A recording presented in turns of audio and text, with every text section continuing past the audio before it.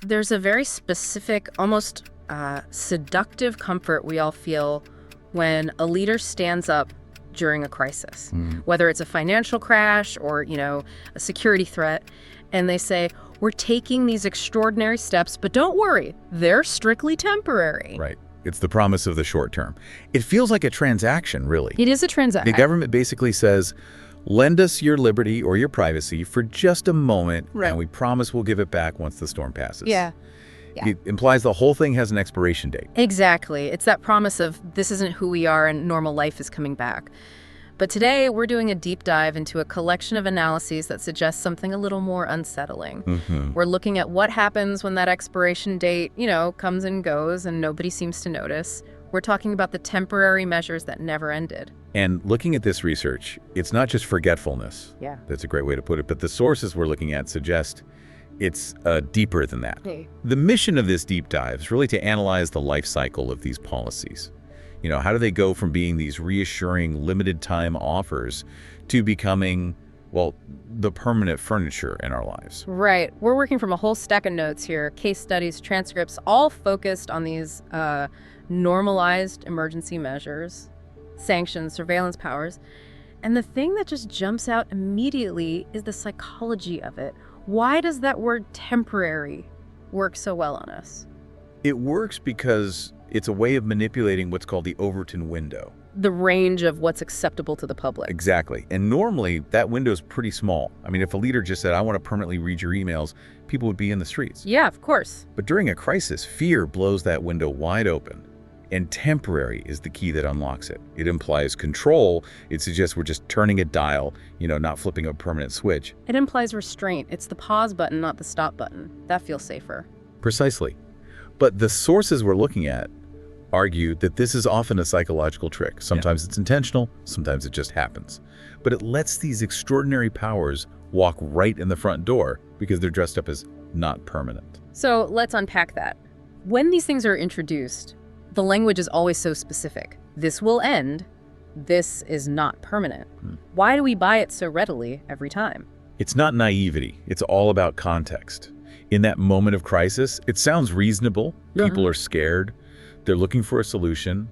And a temporary suspension of normality feels like a pretty small price to pay for safety. It's sold as a tool to fix something that's broken. A tool. That's the key word. You use a hammer to drive in a nail, and then, logically, you put the hammer away. You don't just walk around holding it for 20 years in case another nail shows up. And that is exactly the reflection loop that our sources highlight. At what point does the tool stop being something you use and start becoming the foundation you're standing on? Because what we see in the data is these measures shift from being an active response to just a passive baseline. The hammer doesn't go back in the toolbox. It becomes part of your hand. Let's get into the specifics then, because the sources bring up two really big case studies. The first one is something we hear about all the time, but maybe we don't think of it as a temporary measure anymore. Sanctions. Yes. Sanctions are often described in the analysis as the first thing that never left. They're like the sediment of international relations. Which is funny, because they're usually sold as the peaceful option, right, the middle path. Right. A geopolitical crisis hits, and sanctions get introduced as pressure. They're the nonviolent alternative to war. They're a way to send a message, to apply leverage. And the implicit promise is always that once the behavior changes, the sanctions lift. It's a lever. You pull it, you get a result, you push it back. Theoretically. But let's look at the timeline the sources map out. A government announces sanctions. They call it a signal, but then years pass. And the world doesn't just stand still in those years. Not at all. Leadership changes, both in the country imposing the sanctions and the one being sanctioned. The original circumstances shift completely. Maybe the war ends or the threat just disappears. But, and this is the critical point, the sanctions remain. That's wild. The whole reason for the policy could be gone, but the policy itself is still there. Why? Is it just laziness? It's not laziness. It's what one source calls the compliance industrial complex. Yeah. This was a really eye-opening part of the research for me. The compliance industrial complex. Yeah. When you create this huge web of sanctions, you aren't just writing a law. You're creating an entire economy around enforcing it. Oh, right. You need people to actually, check the boxes. Thousands of them. Banks hire armies of compliance officers. Software companies build these incredibly complex tracking tools. Government agencies expand their budgets to monitor everything. You create a lobby for the status quo. So people's jobs depend on the emergency continuing. Their paychecks do. So if a politician stands up and says, hey, the emergency is over, let's repeal these, they aren't just making a strategic decision. They're dismantling an entire bureaucracy. And bureaucracies fight for survival. They do. Plus, you have the political optics. If a new leader comes in, removing old sanctions looks like a concession. It looks soft. So the path of least resistance is just to leave them there. They become something assumed. So it moves from a strategic choice to just administrative inertia. Essentially, it just becomes part of the scenery. Which brings us to the second, and maybe more personal case study, surveillance and emergency powers. This is the big one. This is where that temporary label does the most heavy lifting. I mean, this stuff impacts our daily digital lives. It does. And the sources trace this expansion specifically through emergencies, wars, terrorism, crises. Each time, the justification for more surveillance is identical to the one for sanctions. This is exceptional. This is necessary. And this will be reviewed. I love that phrase. It sounds so bureaucratic and safe. It brings up terms like sunset clauses. For listeners who don't know, that's basically a built-in expiration date, right? The law just dies unless they vote to save it. That's the definition, yes. But the sources we're looking at call this the sunset myth. The myth, okay, that's not encouraging. The idea is that the law will just naturally fade away, like the sun setting, if we don't actively keep it alive. But that's not what happens. So what does? The sources describe a process of quiet renewal. When these powers are first introduced, it's headline news. Everyone's debating liberty versus security. It's on the front page. But when that sunset clause comes up for renewal 2 years later, or 5 years later... It's on page 10. If it gets reported at all, extensions just become routine. There's this great line in the source material. The extraordinary becomes ordinary, not through a grand declaration, but through bureaucratic routine. It's not a coup. It's a rubber stamp. That's it. It's a rubber stamp. That is. That's chilling. And there's another term in the notes I really want to dig into, the ratchet effect. This is a crucial concept. Think of a mechanical ratchet, a tool that lets a wheel turn one way but locks it so it can't turn back. Right. In policy, a crisis is the force that turns the wheel toward more state power. We tighten security, increase surveillance, expand authority. But when the crisis is over, the wheel doesn't spin back. The ratchet holds it in place. That new level of power becomes the new floor, the new normal. And the next crisis starts from that higher level and builds up. We never really go back to zero. But why? Is it just power-hungry leaders who want to collect all this data? It's actually more about what the sources call data addiction and function creep. Okay, what's that? Well, once an agency has the ability to, say, tap phones or track financial data, they build their daily operations around that data stream. Even if the specific threat that justified it is gone, they'll look at the tool and say, well, we can use this for other things now. We caught a terrorist with it once, but now we can use it to catch tax cheats. Exactly. Mission creep. Or function creep. The tool finds a new purpose to justify its own existence. And once that infrastructure is built, the data centers, the software, the jobs, it's incredibly hard to just turn it off. So we have inertia, money, mission creep. But I want to get to the core mechanism here. Why is it so hard for a leader personally to just say, stop? This is the risk calculation dilemma. Some call it asymmetric risk. This part of the analysis really struck me because it explains why good people can trap us in these bad systems. Okay, so walk us through it. I'm a government official. The emergency is, for all intents and purposes, over. Why don't I just say, mission accomplished, let's go back to normal? Because ending a measure requires a specific active decision. Someone has to sign a piece of paper that says, the danger is over. And that person is taking responsibility for that statement, putting their name on the line. Exactly. And that is a terrifying thing for a public official. Because imagine you sign the paper, you end the surveillance program, then a week later, something bad happens. It looks like your fault. You let your guard down. You're the one who lowered the shield. Ending the measure looks like a mistake. The media will ask, why did they stop the protection? But now, flip it. If you keep the measure, even if it's useless or expensive, and something bad happens, then you can say, hey, don't look at me, I had the shields up. Precisely. We did everything we could. No one gets blamed for maintaining the safety net, even if that net is suffocating everyone. But you definitely get blamed if you cut the net and someone falls. I see. So the whole incentive structure is skewed toward permanence. Keeping the measure is just safer. Politically, institutionally, personally. It's not that they persist because they work, but because they're convenient for the people in charge. That is the tragic logic of it. But we can't just blame the officials, right? The sources also point the finger back at us, the public. They do. And this brings us to the public apathy section, or as the notes call it, the fade. The fade. I mean, think about your own attention span during a crisis. In the beginning, public engagement is really high.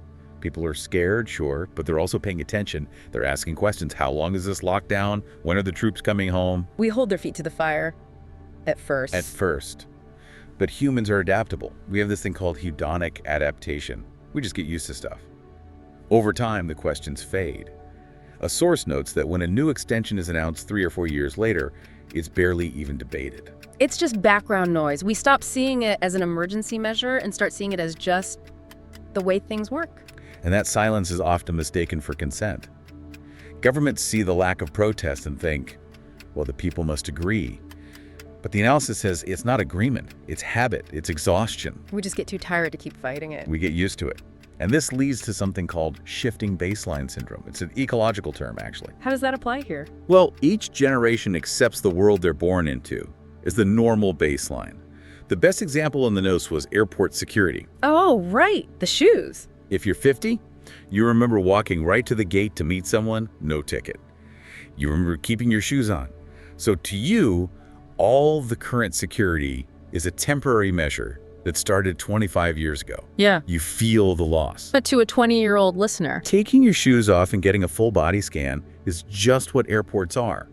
They don't feel a loss of liberty because they never had that liberty to begin with. The temporary restriction has successfully overwritten the old reality. that's the amnesia point the authors make. Once the people who remember the before times are gone, it's not a measure anymore, it's just reality. And that is the true cost.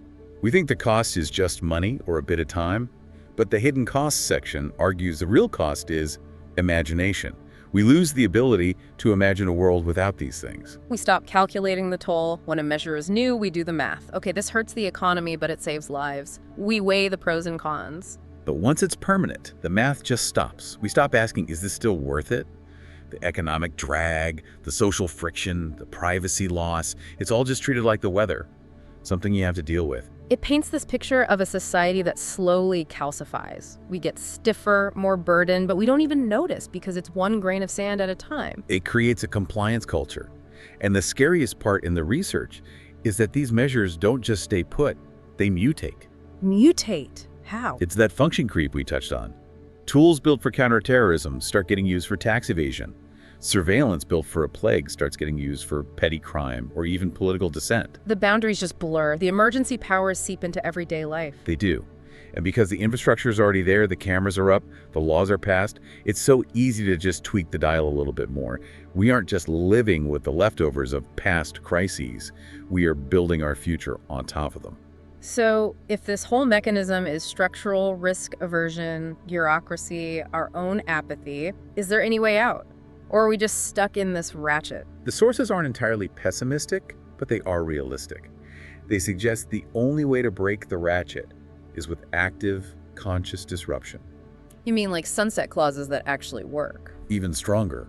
Some scholars in the source material suggest hard sunsets, a law that cannot be renewed without a totally new vote, a whole new debate. No automatic extensions. You have to force the friction.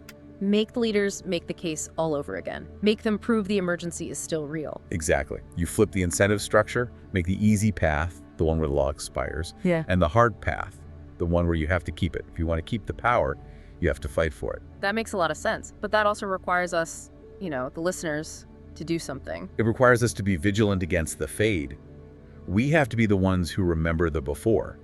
We have to be the ones who look at a rule that's 10 years old and ask, wait, why are we still doing this? Does this actually make sense anymore, or is it just a habit? It's about noticing the scaffolding that was never taken down. And realizing that if you leave that scaffolding up long enough, it becomes the building. You can't even see the original structure anymore. That is a heavy thought to sit with. It really makes you want to look at the headlines differently. Next time I see the word temporary, I'm going to have a lot more questions. Skepticism is a healthy immune system for democracy. Just keep asking, when does this end? Demand a date. And when that date comes, set an alarm. The analysis ends with a final, pretty provocative takeaway about the future. It does. The final thought is this. Once the temporary becomes normal, it starts defining the future. Every temporary measure we accept today is just another brick in the wall of the world we're going to live in 10 years from now. We aren't just solving today's problems, we're designing tomorrow's cage.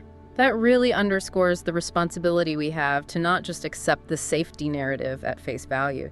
Thank you for walking us through this. It's been a sobering, but really necessary conversation. Always a pleasure. Let's just hope for a boring, crisis-free week where no new temporary measures are needed. We can hope. And you, the listener, maybe take a look around your own life. What temporary habits or rules are you still following just because you forgot to stop? Something to think about. We'll catch you on the next deep dive.